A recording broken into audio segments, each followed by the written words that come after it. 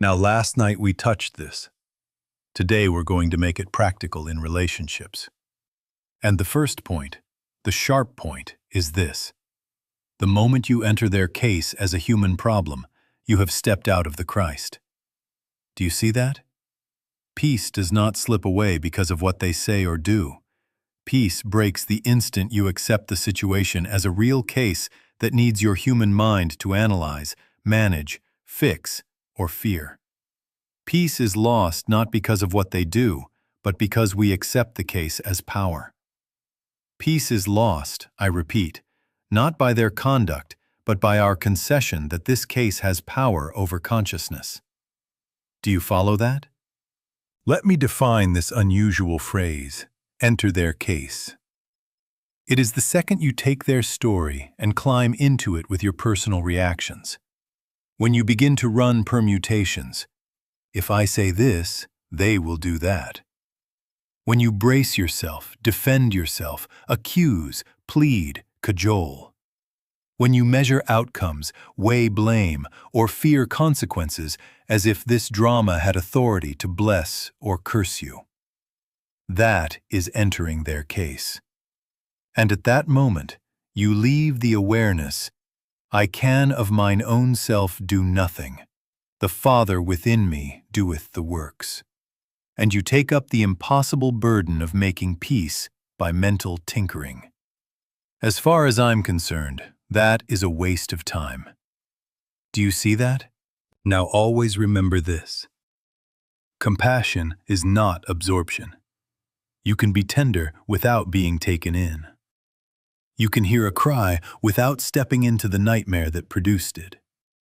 You can behold their true identity while refusing the hypnotism that tries to impersonate them as fear, rage, or lack. Compassion is the recognition of Christ identity. Absorption is the validation of a second power. And the second you validate a second power, you set up two powers in your own living room, and peace must go. Do you follow that? Some of you missed the point last night and thought I said be indifferent. No. Love is never indifferent. Love is the light that refuses the lie. Love does not grant power to appearance. Therefore, love is free to act, sometimes to speak, sometimes to be silent, sometimes to set a boundary, always from peace.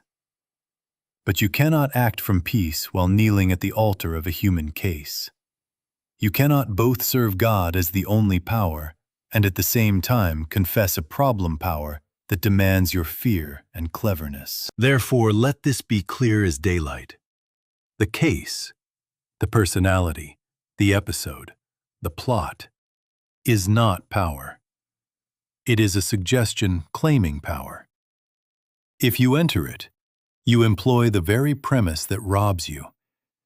If you refuse it and stand still within, realization appears. Realization is demonstration. When you feel again the presence that is the only law in your home, the scene may or may not shift at once, but the authority to disturb you is gone.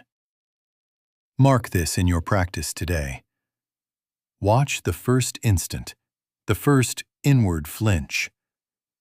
That is the doorway where you either enter their case or remain in the Christ. Choose the one, and peace will not leave you. Do you see that? Now we must put a foundation under that. Why does the drama feel so convincing? Why, in your own living room, does the emotion seem to have authority? Because you have, without noticing it, accepted two powers, God and something else. Fear, ego, resentment, manipulation, history. The moment a second power is admitted, the scene is no longer a harmless picture. It becomes a threat. Do you see that? Now always remember this. The second power is not a person. It is not your wife's tone, your husband's silence, your child's choices, or your parents' past. Paul named it, the carnal mind. Not mind, Not power, but the universal mesmerism, the world belief that pretends authority and borrows your consent.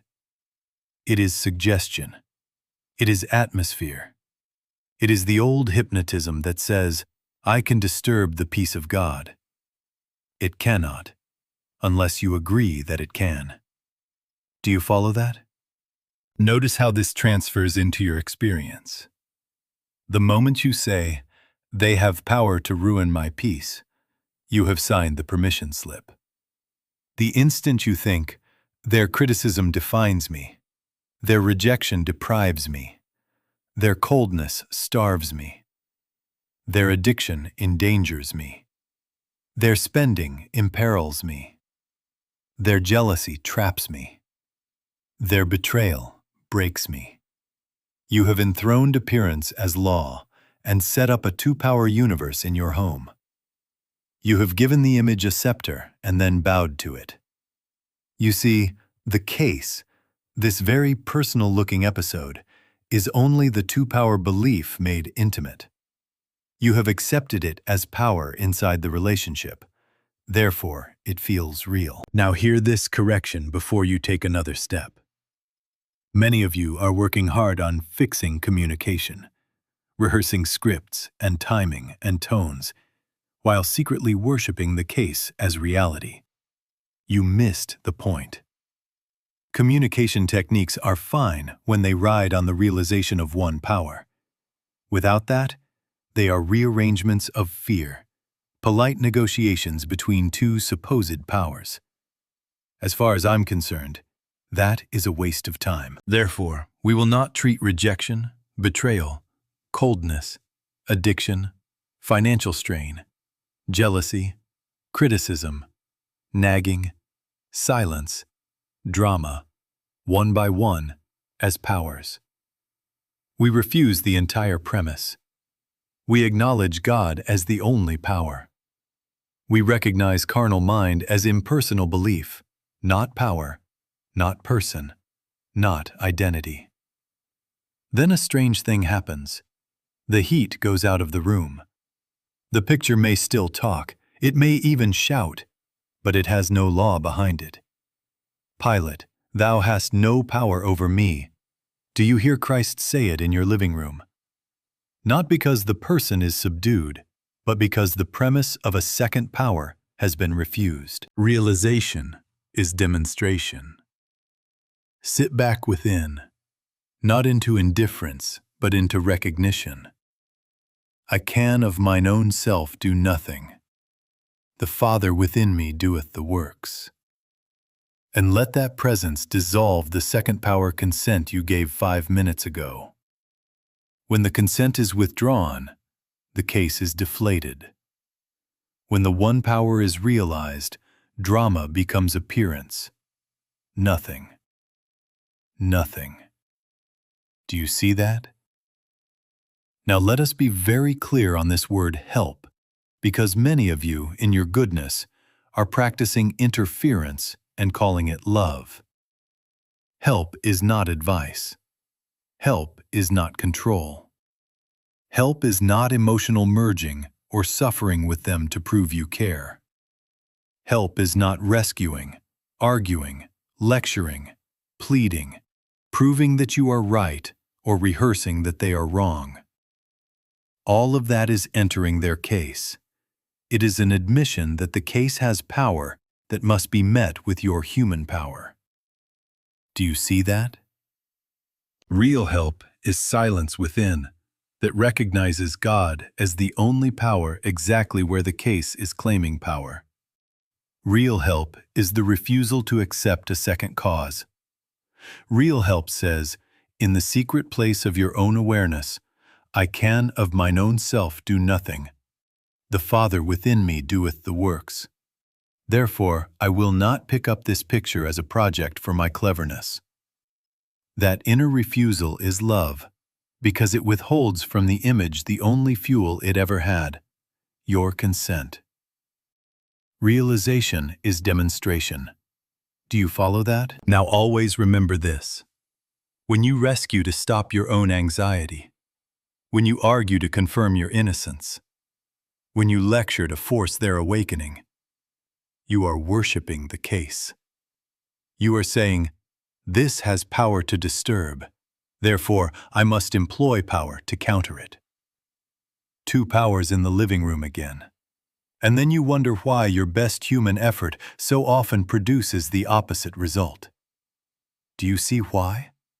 Because the effort confirms the case as real power. You missed the point if you think better techniques of interference will heal. As far as I'm concerned, that is a waste of time. But do not mistake this for passivity. Love is never passive. Love is poised. From realization, from the felt presence that is peace, action becomes simple. You can say no and remain warm. You can end a conversation and keep your heart open. You can leave a room, stop a drive, cancel a transfer of funds, decline a visit, and not leave the Christ. The act is not a weapon forged from fear. It is a line drawn by clarity. The difference is everything. One is interference, self trying to manage a second power. The other is love, spirit expressing order without granting reality to disorder. Try it and watch the tone of your words. From interference, the voice hardens, the face tightens, the body braces. Your no becomes attack because it carries the weight of a false premise. From realization, your no is quiet, clean, unarguable, because it is not against a power, it is simply alignment with the One. Pilate, thou hast no power over me. Spoken not at a person, but at the entire pretense of a second cause. Therefore, make this your practice. Before you move, withdraw consent.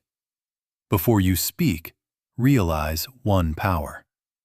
Let the heat go out. Then whatever you do or do not do will be help and not interference. Do you see that? Now take this into a method you can practice every day, every hour if necessary. We have a rule in this work: treat and don't treat. Don't treat them for anger. Don't treat them for immaturity. Don't treat them for withdrawal. Don't treat them for control or for spending or for jealousy or for coldness. Don't treat the person at all. Treat the belief that these appearances are power. Do you see that? Realization is demonstration. Therefore, our only treatment in relationship is for the belief in a second power, not for the person and not for the episode. Why? Because the minute you treat the person, you have entered their case. You have turned a living Christ identity into a problem body. A troubled mind you think you must adjust, persuade, medicate with your words, or manipulate with your cleverness. You have forgotten identity.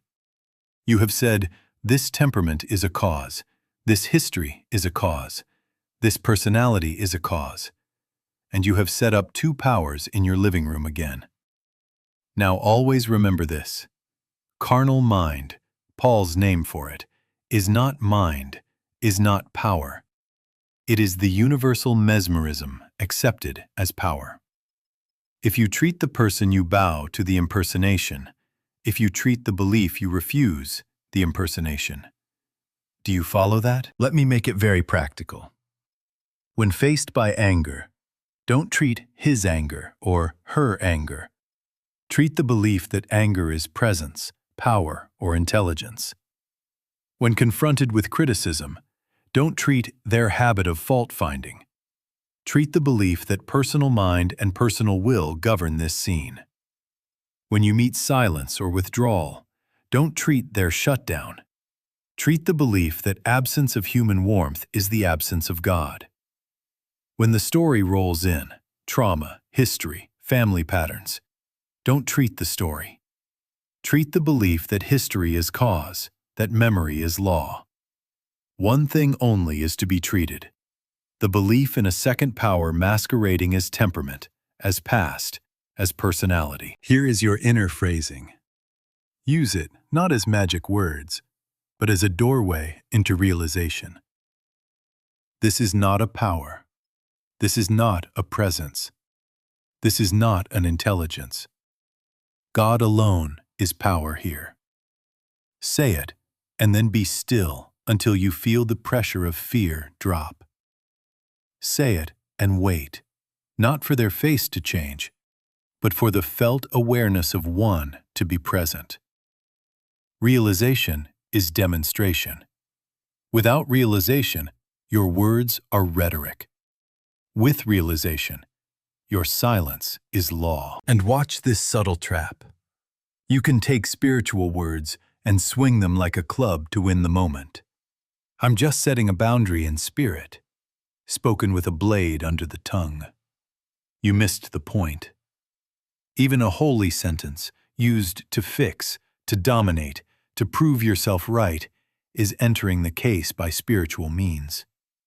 As far as I'm concerned, that is a waste of time. We do not treat to fix a person. We treat to dissolve the false premise that there is another cause beside God. Therefore, do not argue Scripture at a face. Do not hurl metaphysics at a tone. Retire within. Withdraw consent. Realize one power, and then let your yes or your no proceed from that peace. Make a list if you must.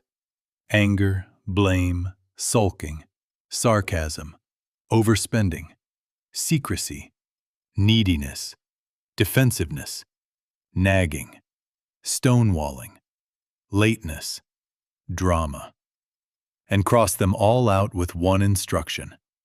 Do not treat any of these. Treat the belief that personal mind, personal will, personal history are cause and power. In that one treatment, the many dissolve into nothing. Nothing. And from that nothing, right action appears of itself. The Father within doeth the works. Do you see that? Now we take the next step and make this very personal-looking thing impersonal. Because until you do that, you will go on blaming faces and missing the culprit. The conflict is not personal. It is universal mesmerism wearing a familiar face. It is the old impersonal belief, Paul called it the carnal mind, not power. A universal suggestion accepted as power, and today it borrows your spouse's voice, your child's mannerisms, your parents' phrases, your colleagues' timing, so that you swear it is them. It isn't. It is impersonation. Do you see that? Now always remember this. Mesmerism succeeds by intimacy. It comes dressed in last night's quarrel and this morning's text. It uses the birthday you forgot and the bill you feared. It echoes your private shame and their public tone. And because it speaks through a mouth you kiss or a paycheck you need, you take the bait and you enter the case as personal. You missed the point the moment you said, "They make me feel." Nobody can make you feel anything while you stand in one power. What makes you feel is your consent to a second power masquerading as a person. Do you follow that? Here are the signs that you have entered mesmerism. An inward urgency, as if a clock were running out. A tight chest and a heat in the face. Mental rehearsals with perfect comebacks and spotless innocence. Righteous speeches you deliver in the shower. Fingers that cannot stop composing long messages. Checking. Phone, door, bank, social feed. And an obsession with outcomes. They must apologize. They must understand. They must change tonight. All of these are proofs that you have agreed to two powers and are about to fight a mask as if it were identity. As far as I'm concerned, that is a waste of time. Replace the target. You are not battling a person. You are refusing a suggestion. The suggestion is that personality is cause, that emotion is law, that history is destiny, that fear has presence. It has none. Not presence, not power, not intelligence. Only belief accepted as power. Therefore, your work is not at a face. Your work is at the premise. Withdraw consent. Sit back within long enough to feel, even faintly, I can of mine own self do nothing. The Father within me doeth the works. Then let this be your inner recognition. This is not a power. God alone is power here. Realization is demonstration. Do you see that? Now do not hear this as excusing harm.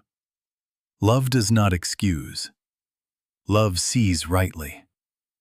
You can protect yourself and still behold identity. You can hang up the phone without hardening your heart. You can decline the loan and not make a sinner of your brother. You can step out of the car, leave the room, say, "No more tonight," while inwardly refusing to place the mask on the Christ. Practical compassion is this: I withhold my consent from the impersonation, and I refuse to degrade you to it. I deny the suggestion authority, and from that peace I take the needed step, quietly, cleanly. Pilate, thou hast no power over me, nor over you, not said to a person, but to the universal pretense that would claim us both. In that refusal, blame melts, clarity appears, and relationship ceases to be a battleground and becomes a holy place again. Do you follow that? Now we bring this to the instant, because if it cannot be done in the heat, it will not be done at all. When you are triggered, the temptation is to move first. Explain, defend, accuse, rescue, leave, text, slam, plead. That is entering the case. Do you see that? The practice is a pivot, and it takes less than 30 seconds if you really do it. First, do not speak. Do not type. Let the body have one breath and feel the pull to enter, the heat in the face, the tightness in the chest, the rushing sentences. Name it for what it is: suggestion, not person. A claim of second power knocking at the door of your consent. Now always remember this: recognition of suggestion is already half the pivot. Step 1. Inward acknowledgement of one power. Quietly, not as theater. Father, you are here. You are the only presence. I can of mine own self do nothing. The Father within me doeth the works. Say it silently. Say it once. Then be still 2 or 3 seconds, not blank, not rigid, available. You are not making something happen. You are consenting to what already is. Realization is demonstration. Do you follow that? Step 2. Refuse the case's claim. This picture is not authority. It has no law. It cannot govern my peace.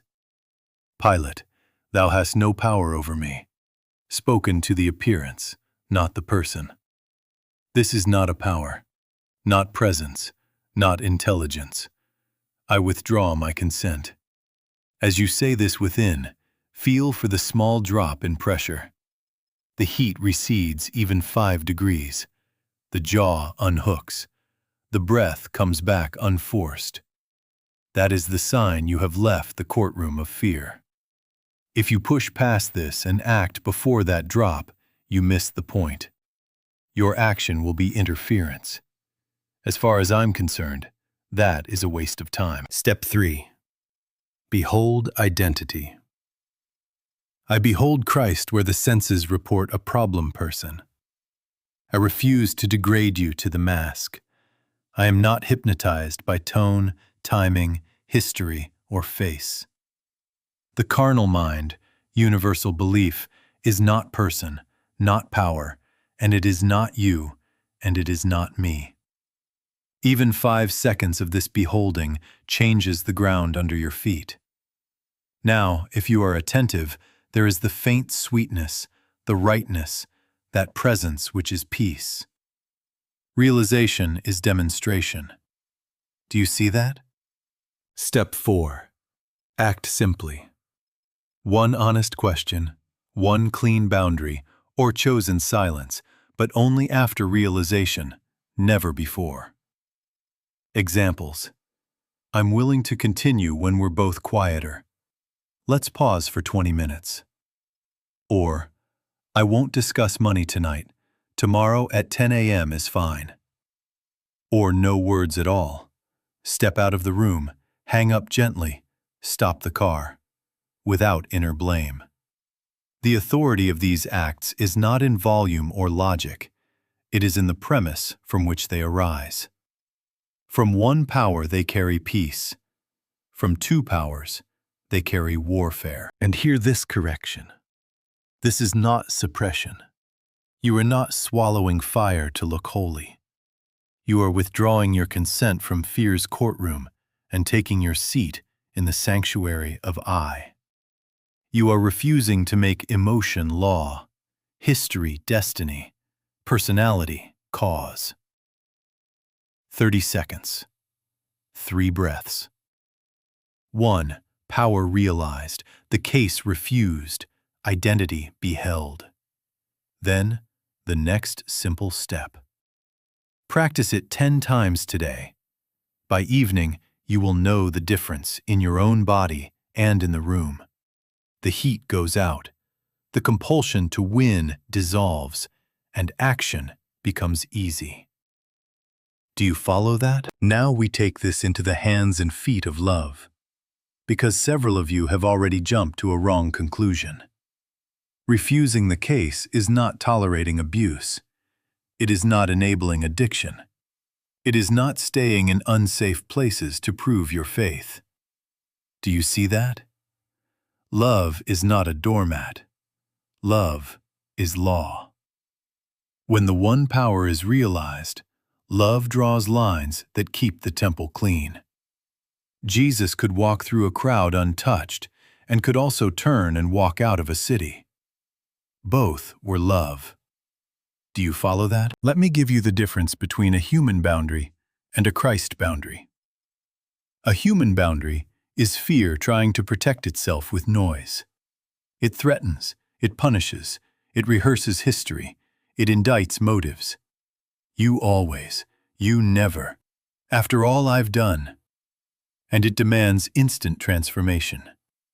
That is a weapon forged from the case, and it keeps two powers alive in your living room. As far as I'm concerned, that is a waste of time. A Christ boundary is an action taken from peace. It is brief, clear, non-accusatory, and without drama. It does not prosecute, it places. It does not punish, it positions. It does not require them to change this minute. It abides in God and acts accordingly. Realization is demonstration. Do you see that? Here is the inner skill while setting a boundary. Do not enter. Do not argue their motives in your head. Do not mount the witness stand with exhibits A through Z from the last 10 years. Do not demand that this very second they see the light. First, one breath. Father, you are here. You are the only presence. I can of mine own self do nothing. The Father within me doeth the works. Then the quiet recognition. This appearance is not a power. Pilate, thou hast no power over me. Feel the drop in pressure. Then speak or move from that poise. Examples of Christ boundary language. Listen to the tone. I'm not available for this tone. We can talk later. If voices rise, I will leave the room. I'm willing to continue when it's calm. I won't fund alcohol. I am willing to pay the rent directly to the landlord. I love you and I'm not visiting while you're intoxicated. Call me tomorrow at 10. No for tonight. We'll revisit Friday at 3. I won't discuss money after 8 p.m. Schedule is on the counter. Brief, no adjectives, no history trial. Then you stand by it without heat. Now always remember this. Your peace is not the reward for their behavior.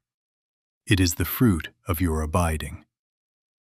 If you make your serenity depend on their next sentence, you have already entered the case and sold your peace for a promise. Withdraw that bargain. Abide first, act next. Then the no you say is not against a person. It is for the order of your home and for the dignity of both parties. It is the Father within expressing law.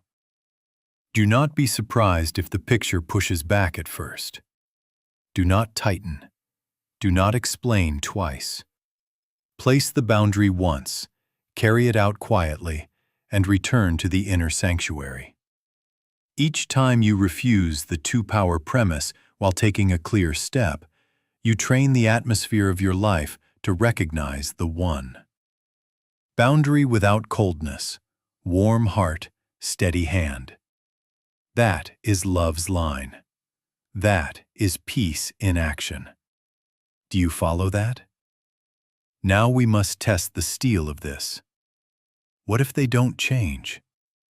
What if they stay angry for a month, a year? What if they relapse again?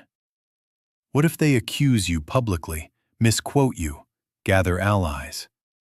What if they leave and take the narrative with them? What if there is never an apology, never a recognition of your goodness? What difference does it make if God is the only power? Do you see that?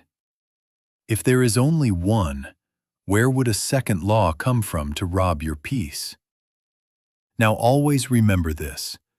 The persistence of an appearance is not proof of power. It is proof of your opportunity to refuse consent again. The carnal mind, not power. Universal mesmerism is stubborn only when you meet it as power. Withdraw the premise, and you withdraw the sting. Realization is demonstration.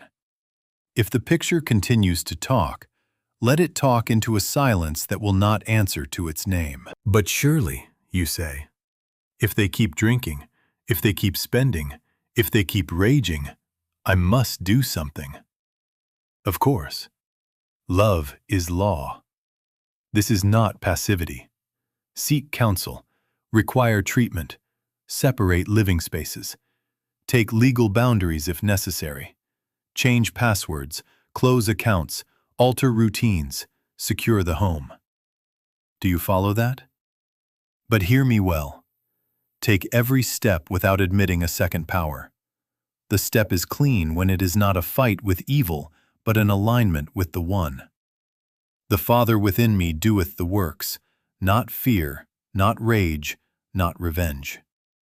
When you act from realization, your steps are precise and your nights are quiet. Let me expose the hidden bargain that keeps you on the leash.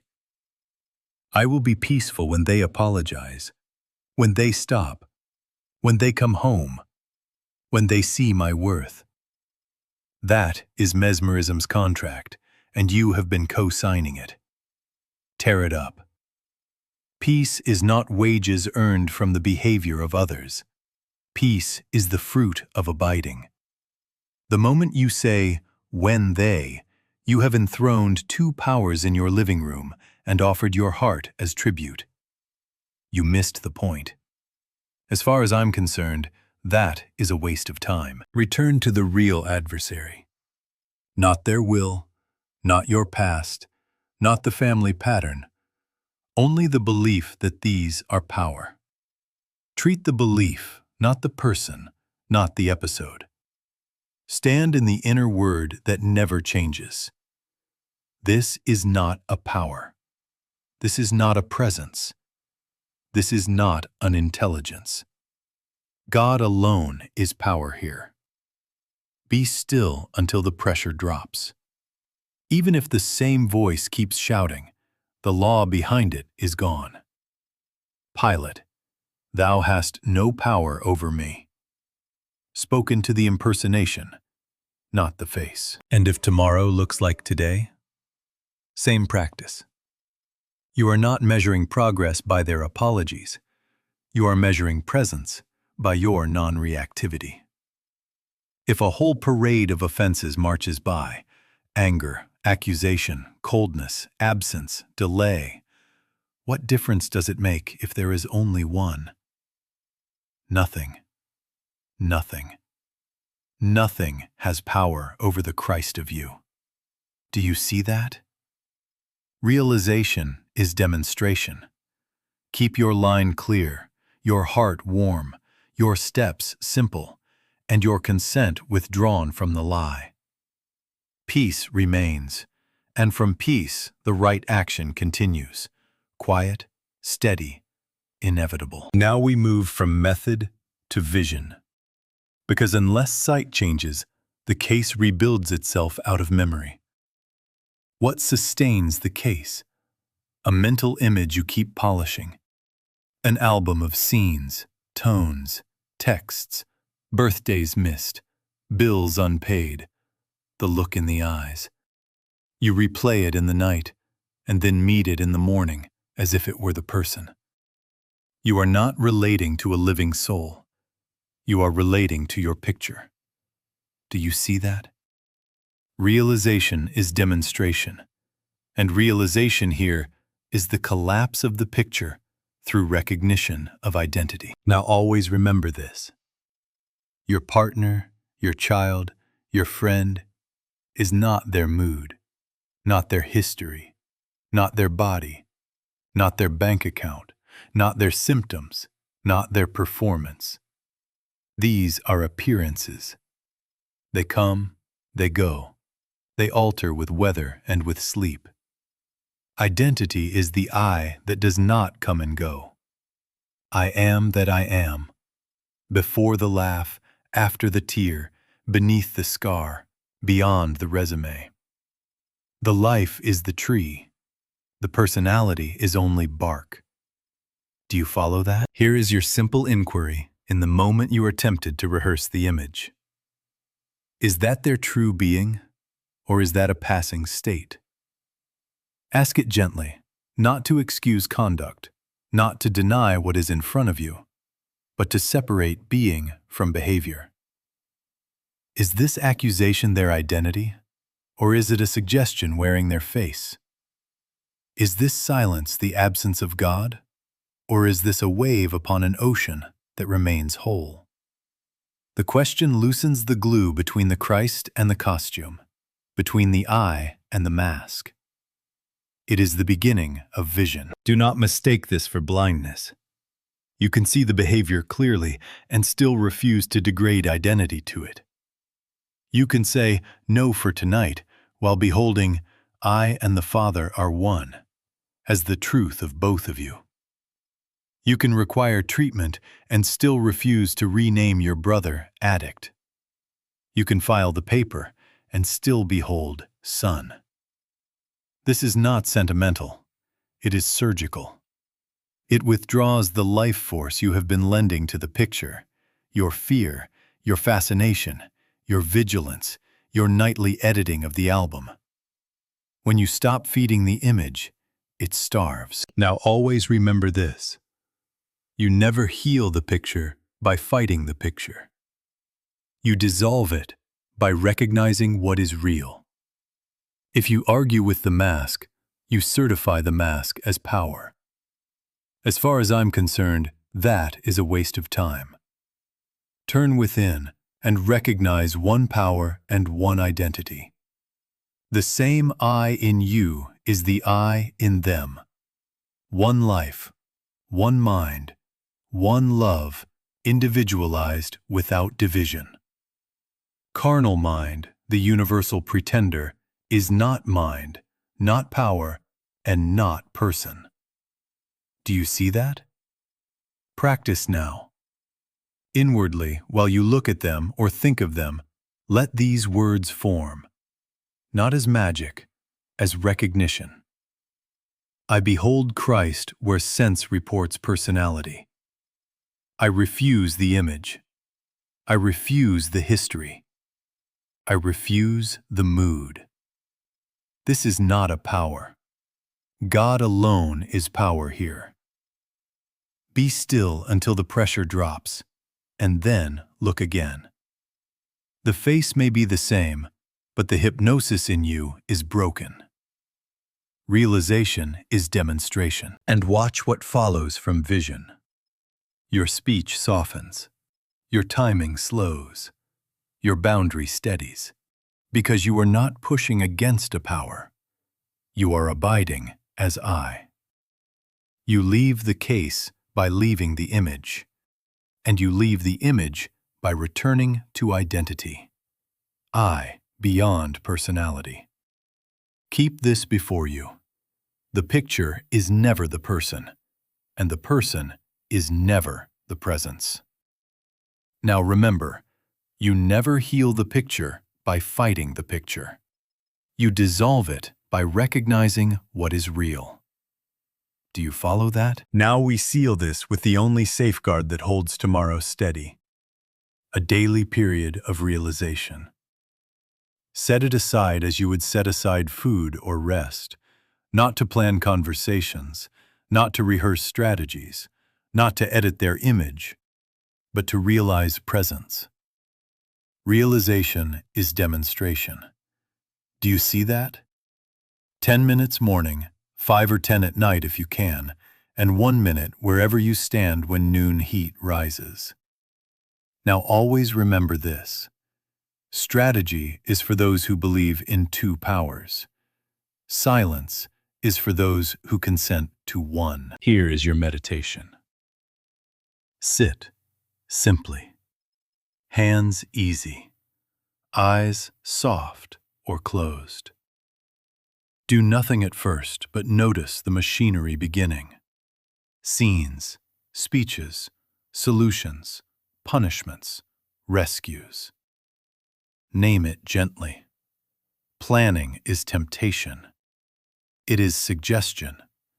It is not power. Let it pass without a fight. Then let these words come, not as phrases to force result, but as recognition. God is only power, only presence, only law. Say it once, then be still. I can of mine own self do nothing. The Father within me doeth the works. Let the breath lengthen by itself. If a picture intrudes, a face, a tone, last night's phrase, do not enter. Whisper within, Pilate, thou hast no power over me. And let it dissolve into the wider room of silence. Remain until you feel even a small drop in pressure. 2 degrees cooler. 1 unclenched muscle. A sweetness. That is enough. Realization is demonstration. Do you follow that? Add a preemptive treatment for the day. Before you meet them, before you open the door or the thread, take 30 seconds and refuse the premise of personal power. Father, you go before me to make the crooked places straight. I deny that personal mind or personal will govern this meeting. This is not a power. Christ is the atmosphere of this encounter. Behold the room, the kitchen, the car, the workplace, quietly full of presence. You are not sending energy, you are recognizing the only. Then go about your day without peeking at outcomes. If the mind argues, but what should I say tonight? You missed the point. As far as I'm concerned, that is a waste of time. Return to the is. God is. I am, one life, one mind, one love, individualized without division. I am that I am. If nothing else, rest in that for your 10 minutes. Day by day, you will discover that the reflex to enter weakens. The compulsion to explain fades. Peace becomes your default rather than a victory after argument. And your boundaries will appear of themselves, brief, clean, because they are not weapons. They are expressions of law from realized presence. Be faithful. When you fail and enter the case at noon, return at 12:01. When you forget in the car, remember at the red light. This is how we are trained out of mesmerism, by consistency, not by heroics. Realization is demonstration. Your role is to abide. The Father within doeth the works. Thank you, beloveds. Until next time, when we take up the next step. Do you see that?